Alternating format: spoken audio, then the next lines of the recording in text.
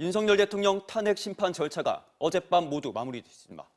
국민께 죄송하다며 사과는 했지만 경고성 계엄이었다는 기존 주장을 되풀이했습니다. 윤상문 기자입니다. 국회 측 발언이 진행되는 내내 모습을 드러내지 않다가 저녁 9시가 넘어서 법정에 나온 윤석열 대통령. 1시간 넘는 발언 중 국민께 죄송하다는 말은 2번뿐이었습니다. 이마저도 한 번은 자신을 믿어주는 국민들에게 하는 사과로 읽혔습니다. 많은 국민들께서 여전히 믿어주고 계신 모습에 무거운 책임감도 느꼈습니다. 국민 여러분께 죄송하고 감사하다는 말씀 먼저 드리고 싶습니다. 윤 대통령은 마지막 재판에서도 비상계엄이 정당하다고 주장했습니다. 국회 봉쇄, 계엄 해제 의결 방해와 정치인 체포 시도 등 국회 무력화의 증거가 차고 넘치는데도 경고성 계엄이었다는 기존 주장을 되풀이했습니다. 군인이 민간인들에게 폭행당한 일은 있어도 민간인을 폭행하거나 위해를 가한 일은 한 건도 없었습니다. 안건 설명도, 회의록도, 행정 서명도 없이 계엄 직전 열린 5분짜리 회의도 국무회의가 맞다고 주장했습니다. 윤 대통령은 최후 진술 대부분을 야당 비난에 할애하며 해묵은 색깔론도 꺼내들었습니다. 무려 178회의 대통령 퇴진 탄핵 집회가 열렸습니다. 거대 야당 의원들도 발언대에 올랐습니다. 결국 북한의 지령대로 된 것 아닙니까? 윤 대통령은 지난해 12월 대국민 담화 때처럼 이번에도 내란몰이라는 주장을 반복했습니다. 2시간짜리 내란이라는 것이 있습니까? 국회가 그만두라 한다고 바로 병력을 철수하고 그만두는 그런 내란을 보셨습니까? 윤 대통령은 마지막까지 실제 일어나지도 않았고 일어날 수도 없는 일이었다며 호수 위에 비친 달빛을 건져내려는 것과 같다는 주장을 이어갔습니다. MBC 뉴스 윤상문입니다. 윤 대통령은 직무에 복귀하면 임기 단축 개헌과 책임 총리제를 하겠다는 구체적인 계획까지 내놨습니다. 파면을 피하기 위해 실현 가능성이 낮은 임시방편적 카드란 분석이 나옵니다. 김상훈 기자입니다. 윤석열 대통령은 직무에 복귀하면 국내 문제는 총리에게 권한을 대폭 넘기고 자신은 대외관계에 힘쓰겠다고 했습니다. 또 임기에 연연하지 않고 개헌에 나서겠다고도 했습니다. 자녀 임기에 연연하지 않고 개헌과 정치 개혁을 마지막 사명으로 생각하여 87 체제 개선에 최선을 다하고 싶습니다. 그동안 개헌에 대해 별다른 언급이 없다가 파면 위기에 몰리자 법정에서 개헌 카드를 꺼내든 겁니다. 앞서 대리인인 윤갑근 변호사는 탄핵을 면하기 위해 조건부로 무엇을 하겠다는 건 대통령의 방식이 아니라고 했는데 며칠 만에 말을 바꾼 셈입니다. 윤 대통령은 또 내란 우두머리 혐의로 구속 기소돼 계속 재판을 받아야 하는 데다 국정 운영 동력도 밑바닥을 드러낸 상황이라 개헌 카드는 실현 가능성도 낮아 정략적 거래로 읽힙니다. 윤 대통령은 지지자들에게 감사하다고 했습니다. 비상계엄의 목적이 상당 부분 이루어졌다고 생각하게 됩니다. 저의 진심을 이해해 주시는 우리 국민과 청년들에게 진심으로 감사 말씀을 드리고 싶습니다. 법치주의를 뒤흔든 서부지법 폭동 사태를 두고는 잘못됐다는 말 없이 청년들에게 미안하다고도 했습니다. 저의 구속 과정에서 벌어진 일들로 어려운 상황에 처한 청년들도 있습니다. 옳고 그름에 앞서서 너무나 마음이 아프고 미안합니다.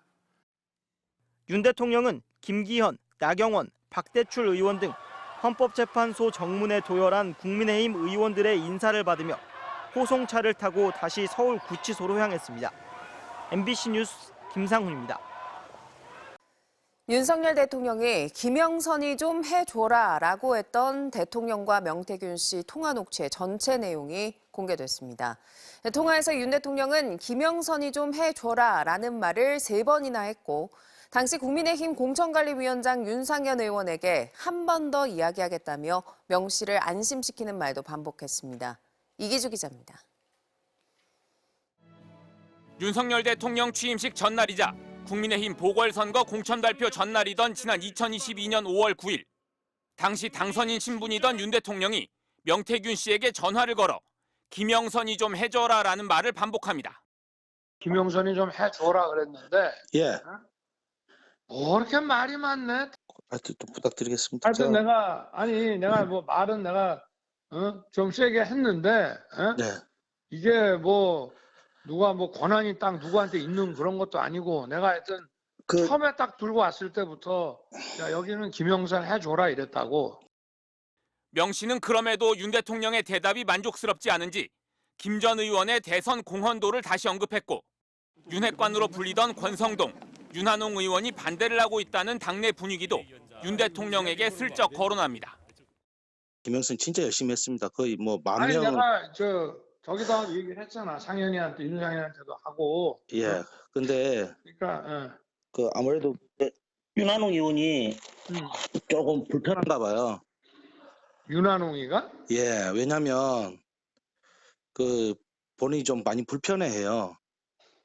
그래서 윤한홍 의원이 권성동 의원한테 얘기한 거고 다른 사람은 반대하는 사람이 없어요. 아니 뭐 권성동이는 나한테 뭐란 얘기를 안 하고 네. 윤한홍이도 특별히 나한테 뭐라 안 하던데. 명 씨의 거듭된 요청에 윤 대통령은 국민의힘 재보궐선거 공천관리위원장이 윤상현 의원이라고 정확히 지목합니다. 그러면서 윤 의원에게 자신이 이미 얘기했는데 한 번 더 얘기하겠다며 명 씨를 다시 한번 안심시킵니다.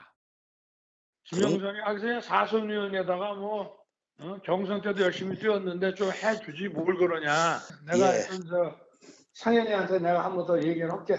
걔가 공관위원장이니까. 제가 진짜 평생 은혜 잊지 않겠습니다, 대통령. 그래. 오케이. 예. 2분 32초 분량의 이 통화가 있은 지 한 달 뒤 김영선 전 의원은 10년 만에 다시 국회의원 배지를 다는 데 성공했습니다. 당시 공관위원장이었던 윤상현 의원은 공개된 녹취에 대해 자신은 윤석열 대통령으로부터 김영선이 해주라는 말을 들어본 적 없다는 입장을 전해왔습니다. MBC 뉴스 이기주입니다. 미국 경제 상황에 대한 소비자 신뢰도가 큰 폭으로 하락한 것으로 나타났습니다. 트럼프 대통령의 관세 정책과 인플레이션 우려가 겹치면서 미국 증시도 하락세를 보이고 있습니다. 뉴욕에서 나세용 특파원입니다.